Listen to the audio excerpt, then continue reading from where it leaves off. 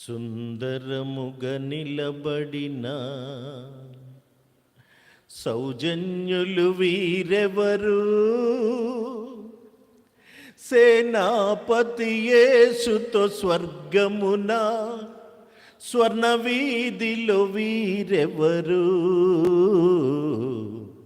సుందరముగా నిలబడిన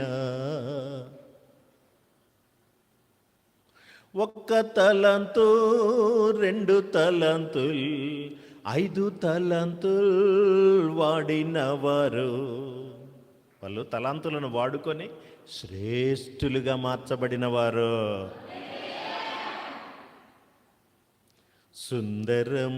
సుందరంగా ఉండాలమ్మా ప్రార్థన.